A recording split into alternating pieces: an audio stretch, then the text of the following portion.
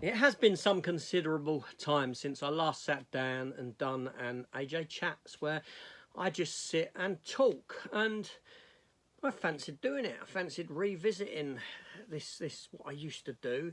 And today I'm going to talk about the MCU and the DCEU or DCU and the death of the both of them and what's going on and why I really don't care. And well, there's a positive side to it for me. So let's talk.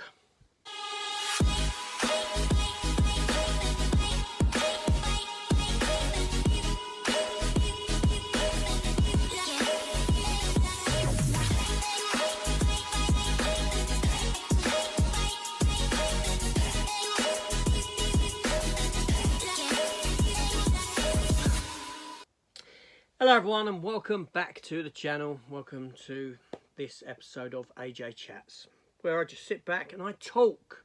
You listen.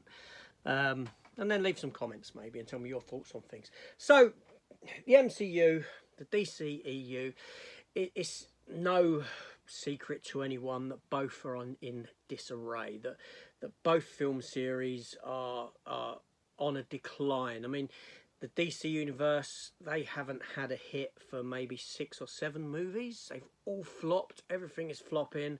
Marvel is seeing a decline. And there's a lot of factors going into the reasons why. You know, we're 31 movies into, I think it's about 31 movies into the MCU now. Now, I sat down and I watched Endgame just 2 days ago. Again, I was feeling quite low, in a very low place mentally for myself. And that film always, it has the ability to like bring me back. I love the film. I think it's, you know, the culmination of everything, you know, and certainly I believe that the MCU should have finished there, but no, they continued after film after film, TV series after TV series, so much so that there was that time period where you didn't even have the opportunity to consume one and before the next one came along. Literally TV series followed by film followed by TV series. It was never ending, and you just didn't have chance to consume them, to digest them, so to speak. It was horrendous. And DCU or DCEU, whatever you want to call it, obviously we know that's come to an end, and we're getting James Gunn's new rebooted universe. I can't really see that doing too much. You know, audiences are bored. Audiences are bored with the run of superhero films, and we're, you know, you think that these came about in like the late 90s, the 2000s, you know, X-Men, Spider-Man, and it just ramped up, and then in 2008 we were hit with Iron Man, and we had the Marvel Cinematic Universe, something that had never been done before. Okay, you had the Monsterverse from, when I say Monsterverse, I mean the Universal monsters from years before that had crossovers, but, you know, this was new. This was giving us something fresh, an interconnected universe, and I was on board. Now, as you know, if you watch the channel, I am a huge comic book collector. I've collected comics since I was about 11, 12 years old, and I still have Marvel DC comics from back then to now. I still collect now. And this brings me into, you know, well, you know, I was super excited when we were getting these films. I was on board for them. I was invested, you know, and never did I think that I'd be sitting down and saying, do you know what? I'm happy that they're dying off. I truly am. I'm happy that it's coming to an end, and there's a reason for that. There's a reason for that. You know, back in the day, when I was younger and with comic book friends and this sort of thing, we could only imagine these sort of movies. They were a pipe dream. The effects weren't there to do them. The budgets would have been massive, too big to even comprehend. And then effects fell into place and all this sort of a thing. And it was a dream come true because I was seeing these characters on screen, you know, and you know, and I love a lot of what Marvel has done. I really do. And even the DC stuff, a lot of the DC stuff I've loved, I've enjoyed. Zack Snyder's Justice League, the 4-hour version, I think is a fantastic, fantastic film. I haven't got a bad word to say about that. You know, and there's some real bonus highlights in there, and I love them. But with this love came an impact upon my other hobby. And the other hobby being reading and collecting comic books, which I still do. But the love died. Even though I was still doing it, the love kind of waned for the comic books. Certain reasons for this, right? And part of it was because, you know, I was getting my fill of superhero genre on film, on TV. You know, you had the Arrowverse and all of that. Everything was there. So why do I need to be reading comics when I'm getting a feel of it by visually watching it? It kind of feels counter intuitive to one another to be doing that. So the love kind of waned for the comic book side of superheroes, even though I still read, but I'm not as in deep as what I used to be. Not only that, what happened was when these films first started, you know, the Marvel Universe especially, they would do films like The Winter Soldier, Age of Ultron, Civil War, these sort of titles that got me excited because I was aware of the properties upon which they were based. I'd read Civil War, I'd read Age of Ultron, I'd read Winter Soldier, you know, and these were getting these profound books, these profound stories that came at us from Marvel were getting the big screen movie treatment. So, okay, there were changes made within and all this sort of thing, but it was super exciting to see, you know, when they announced these titles. Winter Soldier, Christ, my mind blew. Age of Ultron, bang. Civil War, do you know what I mean? Infinity War, my mind was blown. But then strange thing happened within the comics, and that is that, you know, you had the films, and the films were based upon the comic stories, but then the comics had to start being based upon the films. And what I mean by that is that, you know, if a film was coming out, then inevitably you'd get a comic for that film, a comic for that character or the characters therein. When the Guardians of the Galaxy came out, there's about 5 different Guardians of the Galaxy comics on the shelves. I didn't read them, no, but, you know, and they had the look of the characters and how they were in the film, because what happened was the comic industry stopped making for the comic fan and they started chasing after the film fan. So the characters have to look exactly like how they looked in the film and be like how they are in the film. So it feels like someone who's watched the film and then picks up a comic. It's pretty much the same as what they're seeing on screen. But this had a detrimental effect for the comic book fan, for me, because I didn't want to be reading that. I wanted to be reading something different. So my comic book interests kind of diverted away onto still Marvel and DC and other. I was looking at independent titles a lot, but also I was interested in those characters that Marvel done that didn't have a TV or a film show to go to. So it felt like I wasn't reading something that I could see elsewhere, if that makes sense. So for me, you know, there's a certain excitement, shall I say, for the death of these cinematic universes, in that the hopes are there that it will make me delve back into reading, you know, stuff, and that there's more creativity within, you know, the comic book, into the comic books that I pick up and things like that. So for me, there's that positivity in it. I mean, obviously, there's an element of me that would be sad that, you know, but I do think that the best days of the MCU are over. I do believe that Endgame, they should have ended with Endgame, or the very least, what they should have done was take a hiatus for 2, 3, 4 years and then come back, right, and come back big. But unfortunately, you know, it's not about art.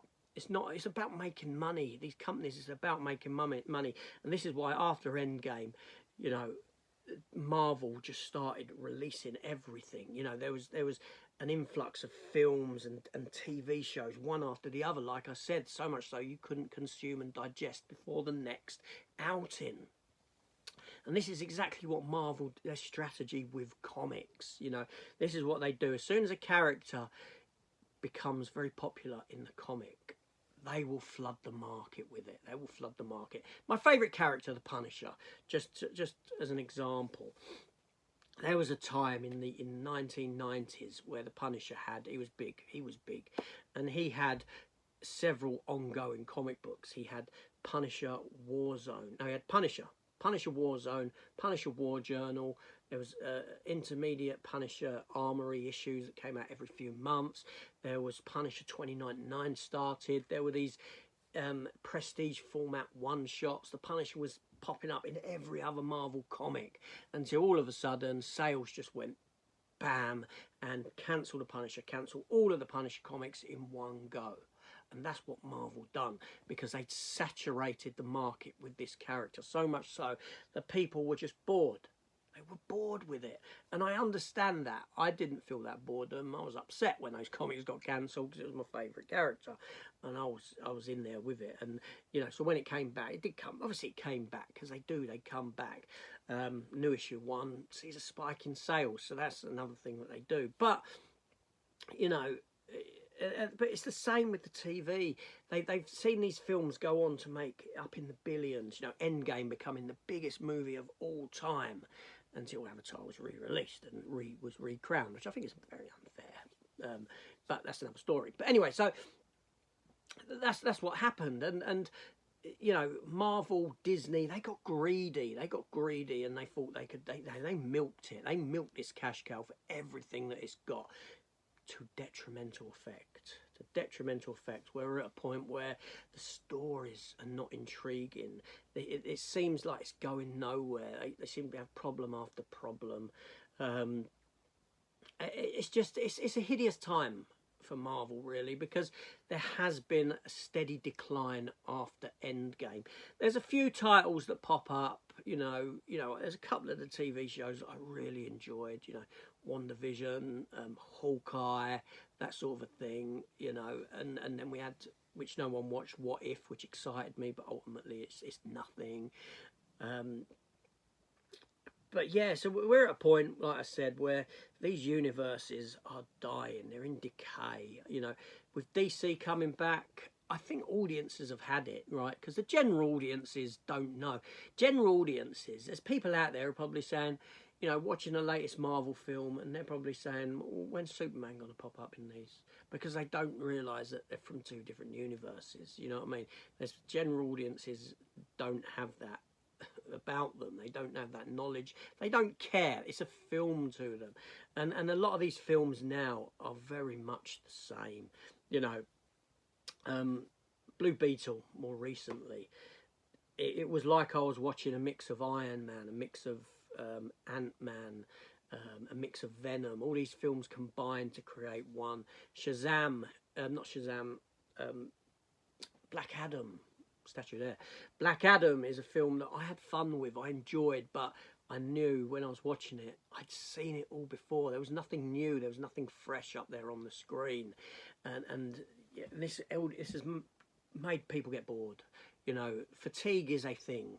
The Marvel fatigue, the superhero fatigue, you can't deny its existence. I'm feeling it, and I'm the one person, considering that, it's my favourite genre, considering my background in collecting comics and the knowledge that I have therein and all this sort of thing, I shouldn't be saying this. I should be a fatigue denier, if anything. But even I know for the past several years I've been saying Marvel fatigue exists. It exists in me, one person who it really shouldn't exist in. But it does. It's the end of an era, and to be honest, I'm quite thankful for it. I'm thankful for what came, because I've always got that. But, when I watch something like Endgame and I'm sitting there thinking, I don't really need to watch anything come after this now. This is the perfect ending for the MCU. Everything else that has come after is pretty much dross. And it is, with a couple of exceptions. So I'm happy for this train to slow down. It isn't going to stop, but it's going to slow down and probably give people a chance to step off and maybe step back on a little bit later. And they need to rein back on what they're doing. They really do. They need to focus on story. They need to focus on character. They need to give the effects houses the time to perfect the effects. Because when you're watching a newer film today, Marvel film, and the effects feel god awful, and then you go back 10 years and you look at the effects and they're far superior because they're not as rushed. That's what we need. But like I said, I'm happy for it to. If they told me tomorrow there's going to be no more Marvel films, I feel a little bit sad, but I'll get over it because I'll be falling back into this 100%. Anyway, that's me done. Just a little chat. Wanted to get out of my chest. I've got another episode of this planned where I'm talking about, well, something else. I may do that for next week or in 2 weeks. 2 weeks is Christmas. See if I can fit it in next week. Anyway, thanks for watching, and I'll see you all later. Take care all, and